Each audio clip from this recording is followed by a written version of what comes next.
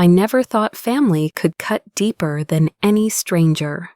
On my brother's birthday, while champagne glasses clinked and laughter echoed, he turned to me and sneered, "You don't belong here. You don't even make 6 figures." The room froze. My heart collapsed, but my mind ignited, because what he didn't know was that I had been quietly keeping his world afloat. Every loan payment, every safety net, came from me. That night, humiliation burned into resolve. And when I pulled the plug, it wasn't revenge, it was justice, cold and undeniable. The phone buzzed at 2:03 a.m., its vibration rattling against the nightstand like a persistent insect. I knew who it was before I even picked up. My mother's voice, hushed but urgent, came through the line. "Ava, sweetheart, Brandon's in trouble again. Can you help? Just this once more?" The plea was familiar, practiced almost, as though the script had been read 100 times before. My eyes drifted to the laptop still open on my desk. I slid the cursor to the confirm button of the auto-pay renewal, hesitating for the briefest second. The word flashed on the screen. Again? A single syllable mocking me, pressing guilt into my chest. I pressed confirm. The screen blinked. Transaction approved. And once again, I became the invisible scaffolding propping up my brother's life. As the silence of the night swallowed me, I sat with my own unease. This wasn't the first time, nor would it be the last. Since childhood, I'd been conditioned to believe that sacrifice was synonymous with love, that enduring quietly was proof of devotion. Every therapy session I'd half-heartedly attended had named it something clinical, trauma bonding. I knew the term, but I hadn't yet dared to unravel its threads in my own life. My father used to say, "Family comes first, Ava. Blood is everything." The words etched into my conscience like commandments. And so, even when Brandon strutted through life with careless ease, I remained the shadow absorbing the fallout. My paycheck wasn't extravagant, but it was steady, reliable, and always stretched thinner than I admitted. I wasn't breaking the law. The payments were voluntary.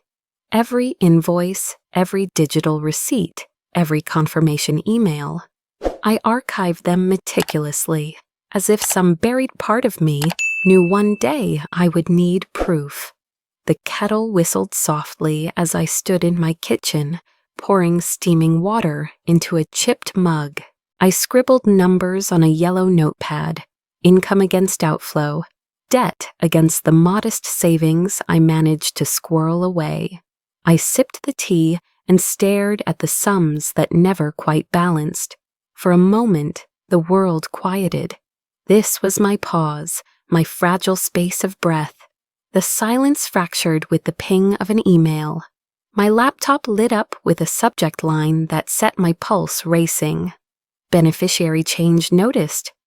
The bank's logo stared back at me, sterile and authoritative. Beneficiary change? My throat tightened as I clicked.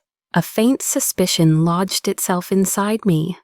Who had changed what? The next morning, Brandon's life paraded itself online. He posted a picture of himself at brunch, champagne in hand, tagged with the caption, "Success tastes better with 6 figures."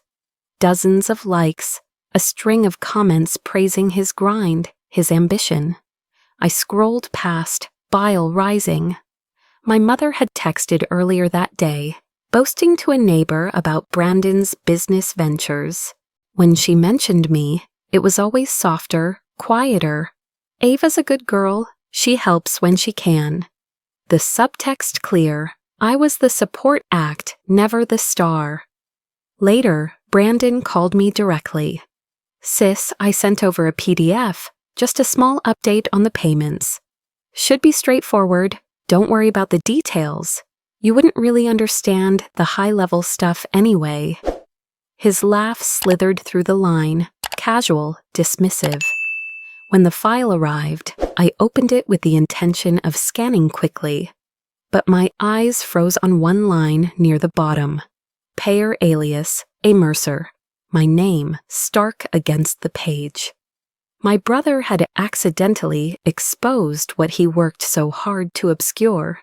That I wasn't just a helper. I was the lifeline, the silent funder keeping his empire of appearances alive. I closed the laptop, fingers trembling. A memory tugged me back. 2 children sitting under a tree in the backyard. Brandon, scraped knee and tears streaking his face, whispered, "Don't tell Mom. Just promise you'll always protect me." And I had. For decades, I carried that vow like a chain around my neck. Looking now at the evidence, I wondered if loyalty had become the very knife pressed against my own throat. That night, I pulled out an old photo album. There we were, smiling at the county fair, me gripping a balloon, him clutching a prize. My chest ached at the contrast. The little boy who once depended on me had grown into a man who exploited me. Tears blurred the photo until the faces were little more than colors bleeding into one another. The phone vibrated again, a message, this time from an unknown number. My thumb hesitated over the screen before swiping it open. 5 words glared back. "Don't let them use you." My breath caught. Who had sent it? How did they know? The room spun with questions, but one thing crystallized in my mind. Something was shifting. Secrets were unraveling, shadows flickering at the edges of the truth I had buried for too long. The rooftop glimmered with fairy lights strung across the night sky. Laughter and clinking glasses filled the air as Brandon soaked in the attention. He wore a tailored suit, the kind of suit that screamed success. I stood quietly at the back, holding a glass of sparkling water, invisible as always. Then his voice rose above the chatter. "Here's to everyone here tonight," he declared, lifting his glass. His eyes found mine, and a smirk spread across his face. "All of us make 6 figures, or more. Well, all except one." The crowd chuckled nervously, their eyes darting toward me. My stomach hollowed out, my pulse hammering against my ribs. My ears rang with a sharp buzz, drowning out the music. My knees weakened, and I had to steady myself against the table. The humiliation scorched through me like fire, turning my skin into ash. Brandon's hand swept toward the security guard stationed by the door. "Would you mind escorting her out? This is a celebration, not a charity event." The words hit like a slap. The guard hesitated, clearly uncomfortable, but duty overrode compassion. He gestured toward the exit. My feet moved clumsily, each step heavier than the last. My breath hitched, chest tight, as though the world had shrunk around me. What would you say in those 5 seconds? If you were me, would you scream, laugh, throw the drink in his smug face? I did none of those. I simply walked away, silence swallowing my dignity. Out in the stairwell, the cold air rushed in, damp concrete walls muffling the party above. I leaned against the railing, dragging in breaths that rattled through my chest. Tears pricked my eyes, hot and unrelenting, spilling before I could stop them. I wasn't a warrior, not tonight. I was a sister discarded like trash, a woman weighed down by invisible debts of love. I slid down to sit on the steps, staring at the cracks in the cement. For a moment, I thought about the years of sacrifice, the sleepless nights, the paychecks siphoned off to cover loans that weren't mine, the countless times I swallowed my pride to keep him afloat. and now I was nothing but his punchline. The buzz of my phone jolted me. A notification flashed, autopay to BRN Holdings scheduled for 9 a.m. tomorrow. My breath stilled, the payment, another one, set to leave my account. Even after what he had just done, my money was lined up to shield him once again. The fury that surged inside me eclipsed the shame. I clenched the phone until my knuckles whitened. Something snapped. Back home, I powered on my laptop. My hands shook as I opened the banking app, scrolling through the scheduled payments. I screenshot the auto-pay calendar, every installment, every cent, there in black and white. I pulled open a folder labeled finburn.zip, one I had avoided for months, where I stored invoices and receipts. File after file stared back at me, undeniable proof of the truth I'd buried. A strange calm washed over me as I cataloged everything. For the first time, I wasn't just reacting, I was preparing. My mind clicked into order. 3 layers of defense. First, verify the legality of stopping these payments.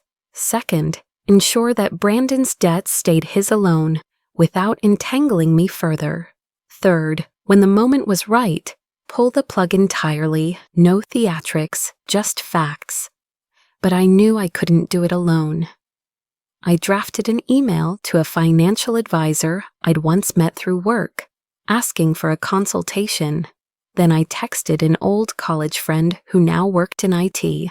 How do I check metadata on PDFs? I asked. The reply came quickly, with step-by-step instructions. Within minutes, I learned more than I ever thought I'd need about digital fingerprints. I opened one of Brandon's files again, my cursor hovering over properties. And there it was, last viewed by BRN fiancé. My chest tightened. His fiancé had seen these documents. She knew, or at least suspected, the truth about where his money came from. I shut the laptop, the glow fading into darkness. I reached for my journal, flipping to a blank page. My handwriting scratched across the paper. I'm done earning my worth in silence. The words looked foreign at first, bold and defiant, but as I reread them, they settled into me like a promise. I closed the journal and stared at the ceiling, heart steadying. For years, I'd carried the weight of loyalty, convinced that love meant sacrifice, that silence was strength, but loyalty without respect was slavery. Silence without acknowledgement was erasure. I thought back to the rooftop, to the laughter that had followed Brandon's cruel toast. I remembered the security guard's averted eyes, the pity from strangers who would forget me the moment the music resumed. But I wouldn't forget, not this time. The clock glowed past midnight. My laptop remained shut, the files safe but ready. My next moves were clear, deliberate. The game had shifted, and for once, I wasn't playing to lose. The glow of my laptop screen washed over the dark room as I began to construct what I privately called my evidence architecture. For years, I had been the silent banker, the dutiful sister. Now I would be the archivist of truth. Line by line, I compiled bank statements, every scheduled autopay, every transfer stamped with my account number. I dug deeper, retrieving log files from my email server. Each consent confirmation stood as a paper trail that painted a picture I had long ignored. My brother's comfort had been purchased at the expense of my silence. I opened a spreadsheet and began charting the flows of money. Green for my salary, red for outgoing transfers, blue for Brandon's accounts. Patterns emerged almost instantly. I realized something chilling. Brandon's brunch meetings with his friends. Those perfectly timed Instagram posts of champagne and oysters always coincided with the hours my bank drained into his debts. He wasn't oblivious. He was orchestrating his performances of wealth to match my hidden sacrifice. Scrolling further, my hands stiffened. A shared folder labeled Family Only sat buried in a cloud drive I hadn't accessed in years. Against my better judgment, I opened it. Inside was a group chat archive. The name leapt out at me. Keep her modest. The bile rose in my throat as I scrolled through lines of text. My mother, my brother, even a cousin, laughing about how I would never catch up, mocking my little paycheck, reassuring each other that she'll keep paying, she's too soft to stop. Every word cut like glass. My chest constricted, my breath shallow. They hadn't just used me, they had conspired to belittle me. I shut the screen, pressing my palms to my face, trembling. My phone sat nearby. Without thinking, I dialed my therapist. When her gentle voice answered, I almost hung up, but instead I whispered, I just found proof. Proof they've been laughing at me. There was a pause, then she said, Breathe, Ava. Let yourself feel it before you decide what to do with it. So I sat there, listening to my own shaky breath. The tears falling freely now. It wasn't strength I needed in that moment. It was the allowance to grieve. When the call ended, I reopened the files. My cursor hovered over a hidden audio file. I clicked, and static gave way to voices. My mother's tone, soft but firm. Don't tell her. If she knows, she'll stop helping. We can't risk that. My vision blurred. My own mother's words, a confirmation of every suspicion I had denied. I closed the laptop with a snap, the sound sharp in the silence. My body felt like stone, but my mind blazed with clarity. The next morning, I made my first formal move.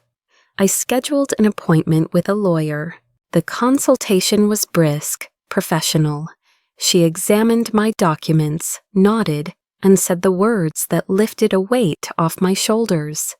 Ava, you've done nothing illegal. These payments were voluntary. You have the right to stop them at any time. Brandon's obligations remain his alone. Relief coursed through me, mingled with something fiercer, permission to reclaim my power. Still, I knew documents were not enough. I needed support, allies who could stand with me when the backlash came. That evening, a message arrived on my phone from an unexpected number. My aunt, my father's sister. Ava, it read, I've kept all the receipts you sent me for safekeeping. Every single one since 2021. You may need them soon. I stared at the text, stunned. She had seen me. All this time, when I thought no one noticed, she had quietly collected the proof I had tried to bury in silence. I called her immediately. Her voice cracked with age, but carried a strength I'd never realized before. You've carried too much, child. If you need me, I'll speak. At the right time, I'll tell the truth. My throat tightened with gratitude. After the call, I sat with the glow of that unexpected loyalty. Not everyone was against me. Some had been waiting for me to stand up. If you were her, would you reveal it now? Would you confront the family head-on, or wait for the stage where it mattered most? His engagement party, his crowning moment. I typed out a message. Thank you, Aunt May. I'll never forget this. She replied with a heart. It wasn't strategy, it was humanity. And I needed that balance. I couldn't let this war turn me into the cold avenger Brandon always mocked me for not being. Later that night, as I finally closed my files, another notification blinked. An email invitation, engagement party, Brandon and Claire. The location, the same rooftop. my stomach twisted, my heart racing. The very place of my public humiliation was about to host his grand performance of love, and now, with allies at my side and evidence in my hands, I saw it for what it truly was. Not a celebration, but a stage. I sat at my desk, cursor hovering over the cancel button. My hands trembled, not from fear of the consequences, but from the weight of choice. Years of silence had conditioned me to comply without hesitation.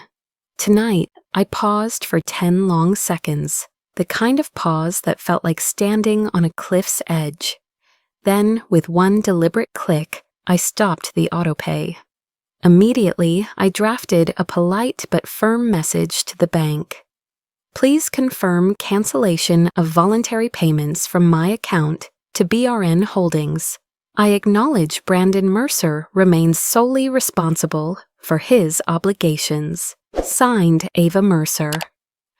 My voice, silent for so long, now existed in writing, permanent and undeniable. But stopping the payment was only half of it. I opened a file I had titled Statement of Facts. Inside was the full timeline.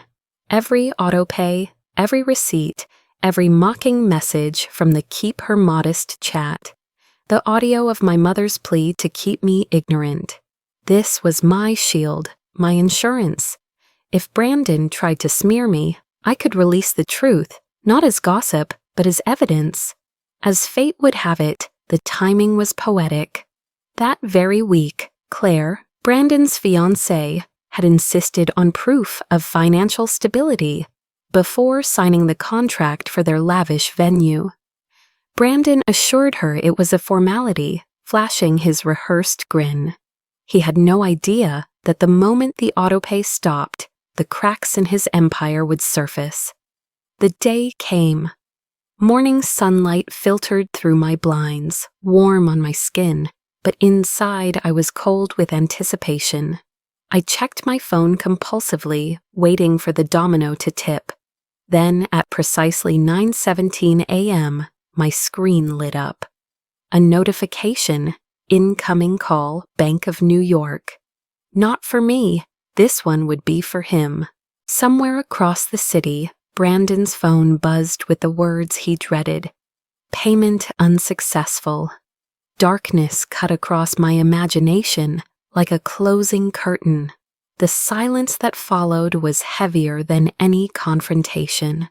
The storm arrived quickly. By noon, my mother was at my door, tears streaming, voice breaking. How could you, Ava? He depended on you. We all did. My phone vibrated non-stop with calls from cousins, aunts, voices morphing into accusations. Selfish, cold, ungrateful. The flying monkeys were out in force, echoing his narrative. I didn't fight them with words. Instead, I opened my email, attached a single PDF, the statement of facts. No explanations, no dramatics. The subject line read, "For your records." Within the file, the truth lay in black and white, undeniable. I hit send and closed my laptop. Silence again became my ally. That evening, another twist unfolded. My aunt, my quiet, steadfast ally, forwarded the file directly to Claire. I hadn't asked her to, but she chose the moment. Hours later, social media buzzed with whispers. The engagement was off. Claire had posted a single line to her Instagram story. Transparency is non-negotiable. I stepped outside as the rain began, cool drops soaking into my jacket. I walked without destination, each raindrop rinsing away layers of shame I had carried for years. For once, I didn't feel the need to defend myself. The evidence spoke louder than I ever could. When I returned home, soaked but strangely lighter, my phone lit up again. Brandon had gone public. On his page, he had written, "My sister's been living off me for years. Don't believe her lies." I almost laughed at the desperation in his words. But then the first comment appeared beneath his post.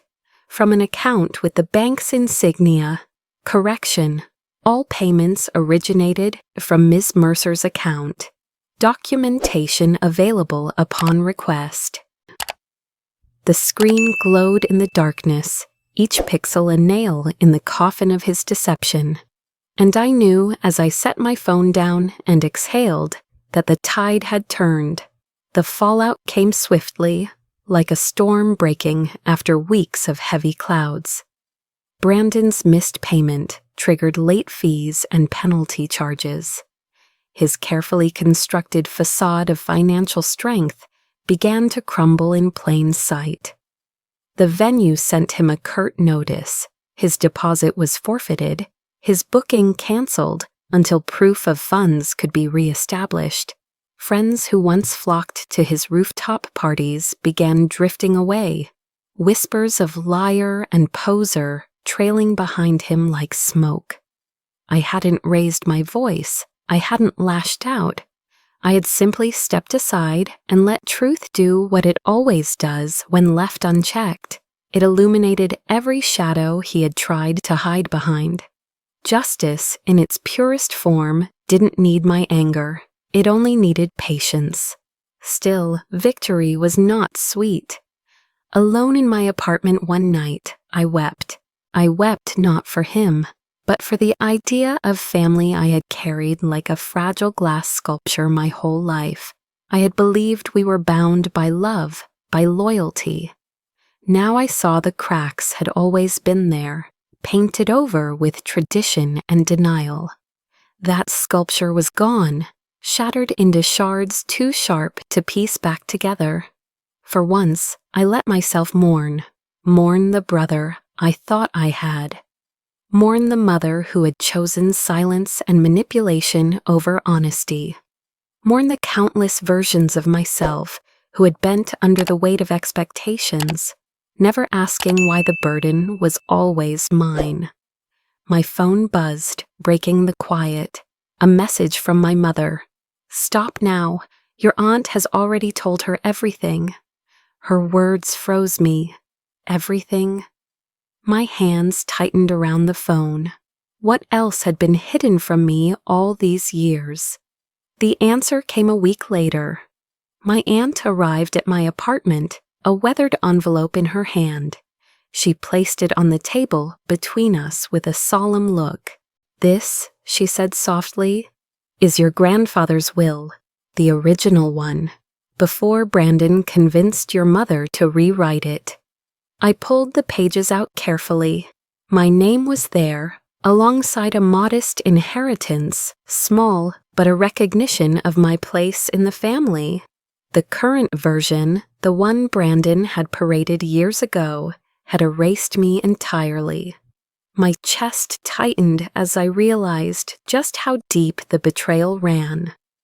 Brandon hadn't only mocked me in the present, he had tried to erase my worth from the past and the future. I looked up at my aunt, eyes burning. "Why didn't you tell me sooner?" she sighed. "Because I wanted you to see it for yourself. Sometimes truth handed too early is just another wound. Now you're ready to hold it." I sat with that document in my hands and felt the anger dissolve into something else. Not vengeance, not bitterness, clarity. I didn't need the inheritance. I didn't want it. What I wanted was something Brandon could never take, the ability to set my own boundaries.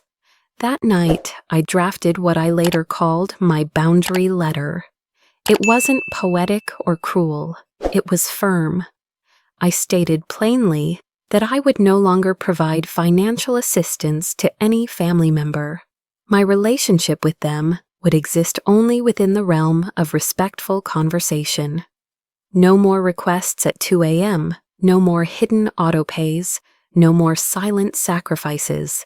And when I hit send, my chest felt lighter than it had in years. The following week, I sat across from my therapist, recounting the chaos and the calm that followed. For the first time, as I described sending that letter, My hands didn't shake. She smiled. "Do you notice your breathing?" I did. Steady, strong. I hadn't realized how much I had lived in a constant state of panic until it was gone. Walking out of her office, sunlight spilled across the pavement, and I found myself smiling without forcing it. The kind of smile that rose unbidden, a small rebellion against years of suppression. That evening, as I made tea, my laptop pinged. A new email notification appeared. "Ava, we've reviewed your credentials and integrity. We'd like to offer you a position." My breath caught. Integrity. That word, once used against me like a joke, was now the very reason doors were opening. And as I stared at the glowing screen, I realized the real payoff wasn't Brandon's downfall. It was this: closure, empowerment, and a future no longer tied to the chains of silence. The first step was cleaning house, digitally, legally, emotionally. I combed through my financial records, unlinking every account, every automatic payment, every buried tie that tethered me to Brandon's debts. One by one, I revoked access, updated passwords, and ensured nothing remained that could be exploited. I scheduled quarterly consultations with a financial advisor, not because I expected new crises, but because I wanted to protect my future. For the first time, money no longer felt like a battlefield. It was simply mine to manage, mine to safeguard. No contact didn't mean erasing everyone. It meant choosing carefully. I silenced certain numbers, blocked others entirely, and allowed only brief, polite exchanges with my mother. No more late-night emergencies, no more guilt-ridden requests. My boundaries were no longer negotiable. The shift wasn't just on paper. It seeped into the rhythm of my days. Sundays became sacred again. I laced up hiking boots and climbed trails just outside the city, lungs filling with pine and clean air. Other weeks, I stayed home with a stack of books and a pot of tea, my phone face down and blissfully silent. These were not grand acts of rebellion. They were simple choices to claim space for myself. One evening, as I lit a candle and sank into the quiet of my apartment, the doorbell rang. My aunt stood there, holding a pie, her eyes gentle. "Are you okay, child?" she asked. For once, I didn't deflect. I stepped aside and said, "Come in." That small act felt like liberation, choosing who entered my life, not out of obligation, but out of trust. The pie sat between us on the table, warm and fragrant. We talked about nothing urgent, nothing heavy, just laughter, recipes, fragments of family history. And I realized healing didn't mean closing every door. It meant opening the right ones. Weeks later, I began a new job. I transitioned into financial operations, a role that gave me the language and tools I had once lacked. I poured myself into it, not just for the paycheck, but for the meaning. Numbers no longer represented shame or sacrifice. They were structure, clarity, empowerment. I found myself sharing insights with colleagues and eventually with strangers online. Lessons about boundaries, about refusing to let love become a ledger. Slowly, a community formed. Women messaged me privately, confessing their own stories of hidden sacrifices, of being drained by family obligations. I answered every one, careful not to give prescriptions, only reflections. My pain had become something larger than me, an education. Meanwhile, friendships deepened. A small circle of people, co-workers, old classmates, new allies, gathered regularly. We practiced financial transparency with each other, sharing tips, mistakes, victories. It was awkward at first, but then it became liberating. We weren't competing or judging. We were breaking the silence that had once suffocated me. Late one night, I opened a blank document and began to write. Not names, not specifics, but my story. Anonymized, reshaped into a narrative that others could see themselves in. The words flowed faster than I expected. Betrayal, evidence, revenge, liberation. What had once been a private shame became a guidepost for others. I hit publish anonymously and went to bed. By morning, hundreds had read it. By the end of the week, thousands. As I scrolled through comments, I felt a quiet pride, not because of attention, but because my survival had become someone else's roadmap. Revenge had led to justice. Justice had led to education. That was the arc I never expected. One evening, sitting by my window with the city lights below, I opened my journal again. This time I wrote not for therapy, but for closure. I was never beneath you, I was beyond. The words landed gently, without bitterness, like truth settling into place. My phone buzzed softly. A notification from the bank app appeared. Autopay reminders, 0. I stared at the message, a smile curling at my lips. Silence. Pure, clean, unburdened silence. It was the kind of silence that wasn't emptiness, but freedom.